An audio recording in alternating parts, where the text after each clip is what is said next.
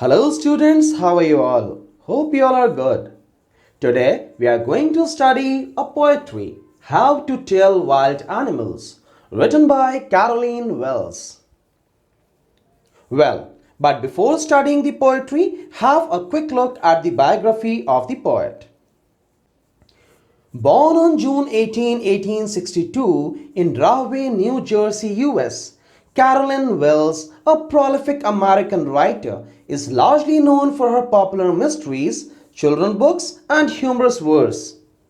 After completing her schooling, she worked as a librarian for the Rahway Library Association for some years.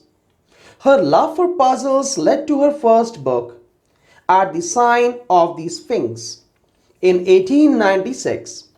From 1900, Wells gave herself entirely to literary work, and over the next 4 decades, she produced a flood of books, some 170 titles that fell into several genres: children's stories, mystery and detective stories, anthologies, and humorous and nonsense writings.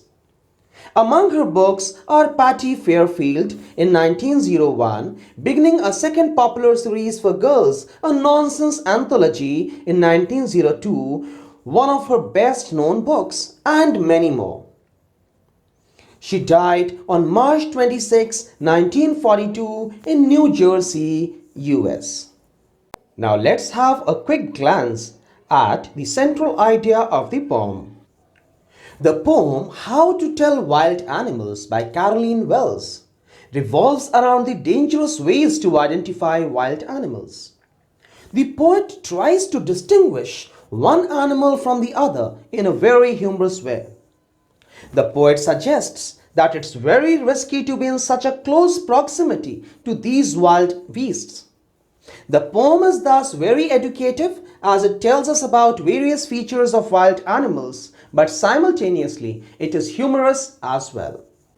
Now let's move to the explanation of the poetry. Stanza 1.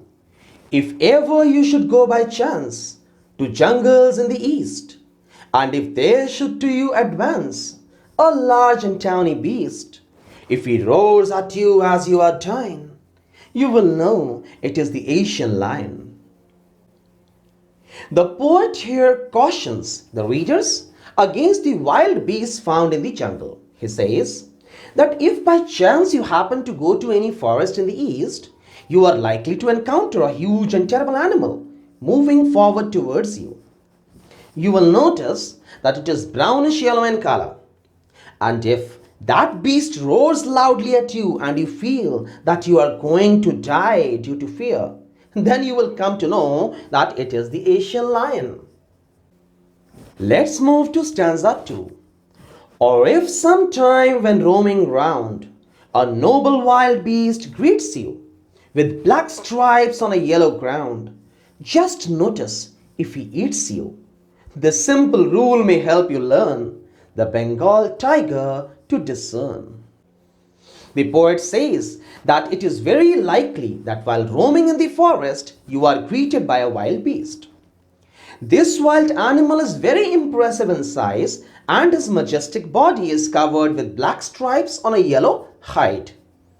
The poet cautions that if the readers notice this beast and that if he eats them, then this simple rule will teach them that it's a Bengal tiger. Let us move to stanza 3.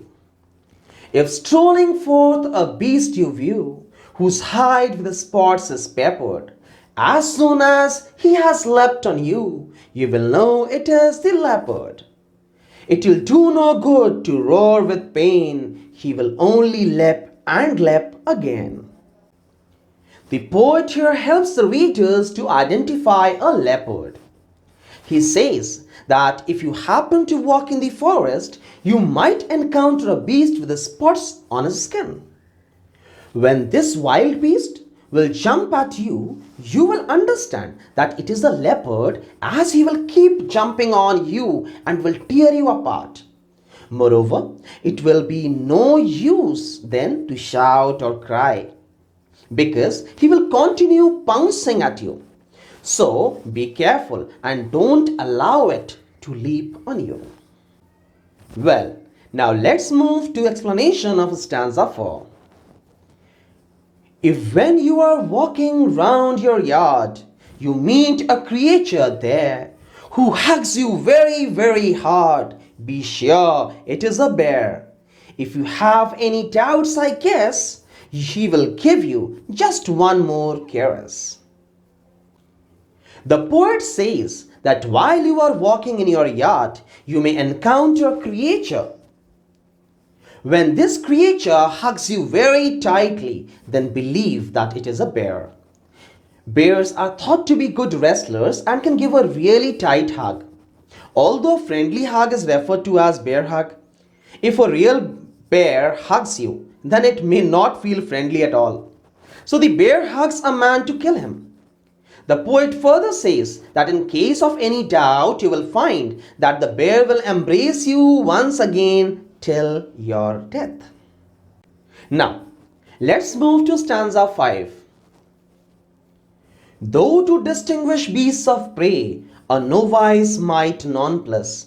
Children, novice means someone who's new to a job, and nonplus is getting confused or surprised.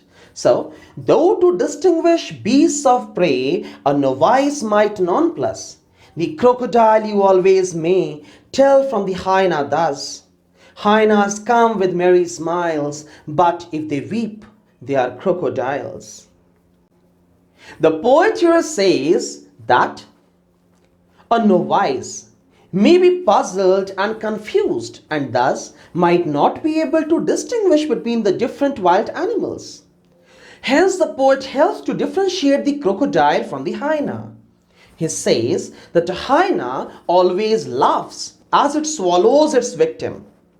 A laughing hyena's voice resembles humans' laughing sound. A crocodile, on the other hand, is said to shed tears while eating its prey. The poet thus warns the readers not to wait for a hyena to laugh or for a crocodile to weep. Now let's move to explanation of stanza 6. The true chameleon is small, a lizard sort of thing. He hasn't any ears at all and not a single wing. If there is nothing on the tree, 'tis the chameleon you see. The poet describes a chameleon in this stanza. He says a chameleon is a small garden lizard. It does not have ears or wings. The poet further says that if you are unable to see a thing on the tree, then chances are there that a chameleon is sitting there. A chameleon is an expert at camouflaging. It changes color as per its surrounding and is therefore difficult to see. This capacity of camouflage helps the lizard in saving it from hunters. So we can see different ways of identify different wild animals in a very humorous way. So that is actually the quality of Carolyn Wells and her writings. Now let's have a quick look at the literary devices used in the poem. First of all, the rhyme scheme. Stanza 1 to stanza 6. All the stanzas are having the same rhyme scheme. A, B, A, B, C, C. Moving on to next, enjambment. In a verse or a poem, continuation of a sentence without a pause beyond the end of a line, couplet, or stanza is called enjambment. Example, if ever you should go by chance. See, there is no comma, no full stop. To jungles in the east. So there is no punctuation mark at the end of the line 1 and it continues to line 2. Hence, it is enjambment. Next, alliteration.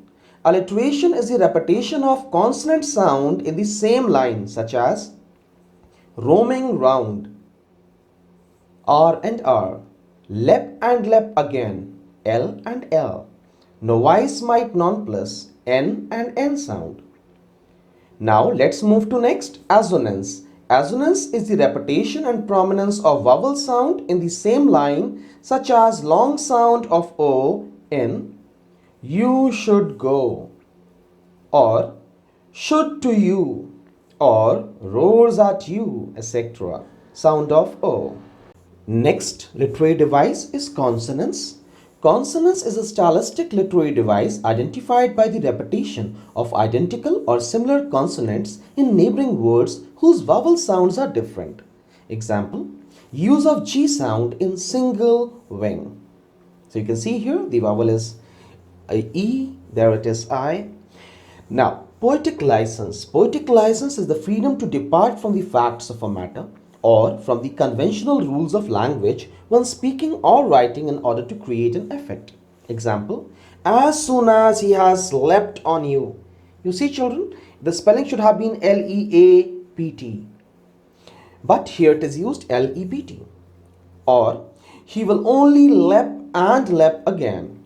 So again see here, it should have been L-E-A-P leap, but it has been written leap. So it should have been leapt instead of L-E-P-T leapt and L-E-A-P leap instead of L-E-P. Hence, it is poetic license. The last poetic device used is inversion.